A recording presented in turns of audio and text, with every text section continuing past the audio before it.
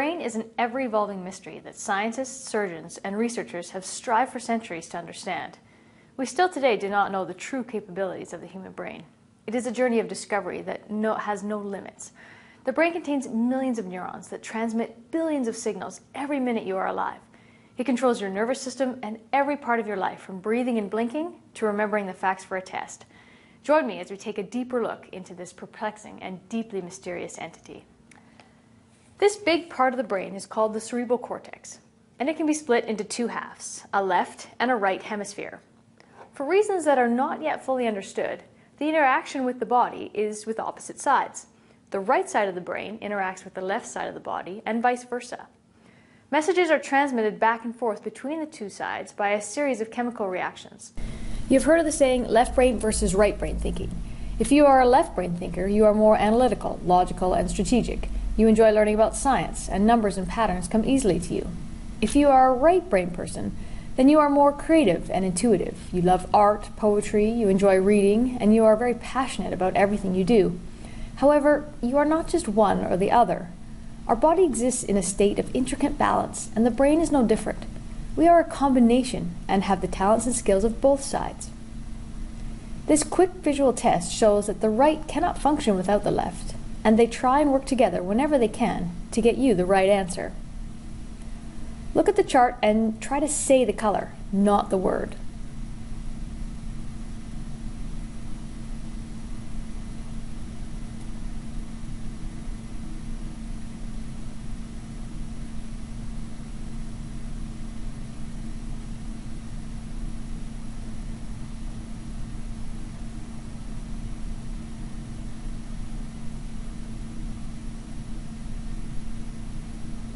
Your right brain tries to say the color, but your left brain insists in reading the word.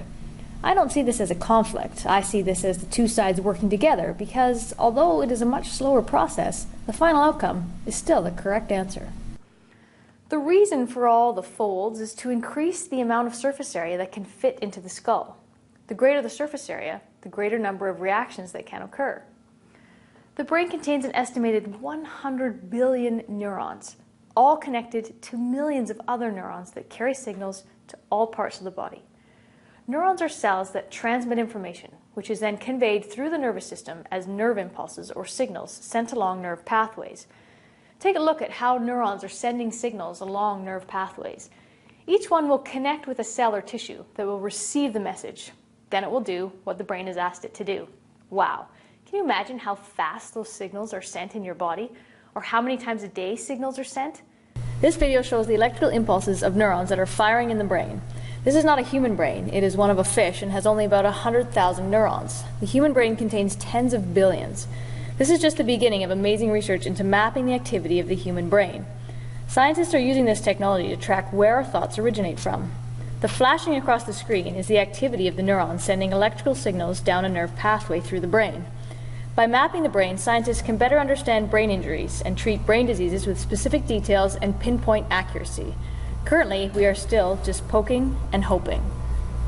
Nerve signals sent to muscles are usually myelinated, meaning they are lined with fat to make the signals go faster. They can travel up to 400 kilometers an hour, so it takes a nanosecond for the signal to reach its target.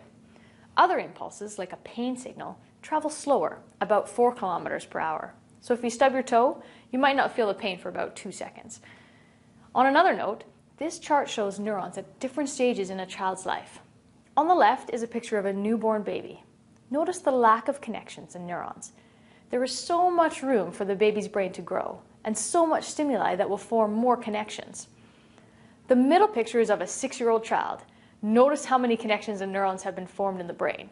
Children are constantly learning, and their brain is constantly going. The 14-year-old brain has slowed down, and connections that are not used are usually eliminated. The function of the brain is to control the body. Every single movement, organ, muscle contraction, or sensation is produced and monitored by the brain. What a job! Even at rest, it does not stop working. That is why sleep is so important.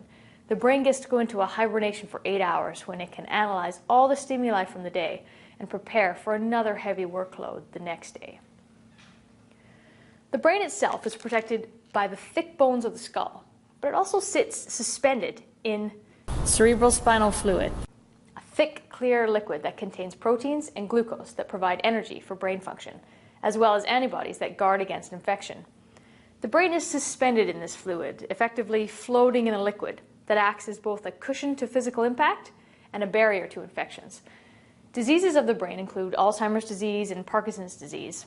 Diseases such as these can limit the normal function of the human brain. However, brain infections are rare. Your body has another safety mechanism for the brain. There is a blood-brain barrier that prevents any unwanted chemicals or substances from crossing into the brain. Take a look at how the only things to pass through into the brain are water, glucose, and oxygen. Talk about a protective filter. The passage of glucose is for food, giving the brain energy. Proteins are for building and repair. Oxygen is needed for normal cell functioning, and some antibodies can make it across. Other than that, nothing else gets in. So if the brain does get sick, or it needs medicine, doctors struggle to get the drugs across the blood-brain barrier. They have devised ways of attaching the antibody or drug onto a glucose or protein molecule. Scientists have also created nanoparticles that can gain access to deliver treatments for brain tumors, inflammation of cerebral membranes, and epilepsy. Ever thought about how illicit drugs work? Or alcohol, for that matter? Psychoactive drugs such as marijuana, crystal meth, LSD, cocaine, and alcohol impair your senses and blur your memory. How do they do this? They have the ability to cross the blood-brain barrier. It is your body's weak link, the fault in its armor.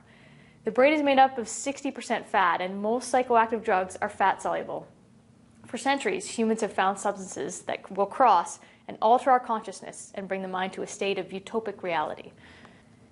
Coming back to our brain model, there are 4 main lobes of the cerebrum: the frontal, the parietal, the occipital, and the temporal. Each lobe has a function that is so delicate and intricate, scientists are still baffled at the inner workings of the brain. The frontal lobe is responsible for reasoning, planning, speech, movement, emotions, and personality traits. This is where we feel sorrow for someone else's suffering, empathy, and the ability to understand other people's feelings and problems. Your frontal lobe recognizes sarcasm and irony and understands jokes. It controls the core of our humanity and sets up our personality. The parietal lobe takes care of the perception of stimuli, like seeing movement, feeling someone's touch, knowing if it is freezing cold or burning hot outside, and if someone is applying pressure are all signals that are received here. When you feel pain, it is the parietal lobe that is sending out pain signals. Did you know that the brain doesn't actually feel pain? There are no pain receptors in the brain, so it can be poked and cut without you feeling it. That is why brain surgery usually requires the patient to be awake, so surgeons can monitor the patient's awareness and reactions. The 5 senses of sight, smell, touch, sound, and taste are processed in the parietal lobe of the brain. The occipital lobe is located at the very back of the brain. It works when you look at something and have to analyze what you have seen. You can see a picture of a chicken, but in order to know that it is a chicken, the occipital lobe makes the connection with what you are looking at. The eye sends the signal back there, and voila, you know it's a chicken. The temporal lobe focuses on auditory stimuli, memory and speech, and the recognition of sounds. When we hear someone speak, the temporal lobe understands what they're saying. When we hear a noise, we recognize it from the connections that have been made in our temporal lobe. The cerebellum lies underneath the cerebral cortex and is shaped quite similar to the brain itself. It is often called the little brain, and it is responsible for the coordination of movement, posture, and balance. When you stand up, sit down, run and jump, it is your cerebellum that is making sure all your muscles are firing when they are supposed to. It is quite a job, and it never stops. Within the cerebellum is the limbic system that is associated with our emotional life and is necessary in the formation of memories and behaviors. If your brain gets injured from a hit or a fall, it will depend on what area is damaged to understand the effects of the hit. If the frontal lobe is damaged, you may lose the ability to talk or be unable to control your emotions. If the temporal lobe is damaged, it can lead to mood swings and inappropriate social behavior. If the parietal lobe is injured, you may be unable to feel temperature, and basic skills such as reading and writing may become difficult as your brain cannot make the connections and send signals quickly anymore in that area. If the occipital lobe is damaged, one might experience hallucinations, blindness, and your ability to distinguish and make connections with what you are seeing. Scary stuff. The speed at which our brain sends signals is dependent on how many times we have sent that signal before. It also depends on the maturity of the brain, how many neurons are firing, how many connections have been made, and how far along the nerve pathways are developed. If they have a fatty myelinated sheath to cover them, it's often faster as well. Take a look at this diagram.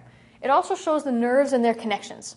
Also, if the nerve pathway is coated with a myelinated sheath, then the signal goes faster.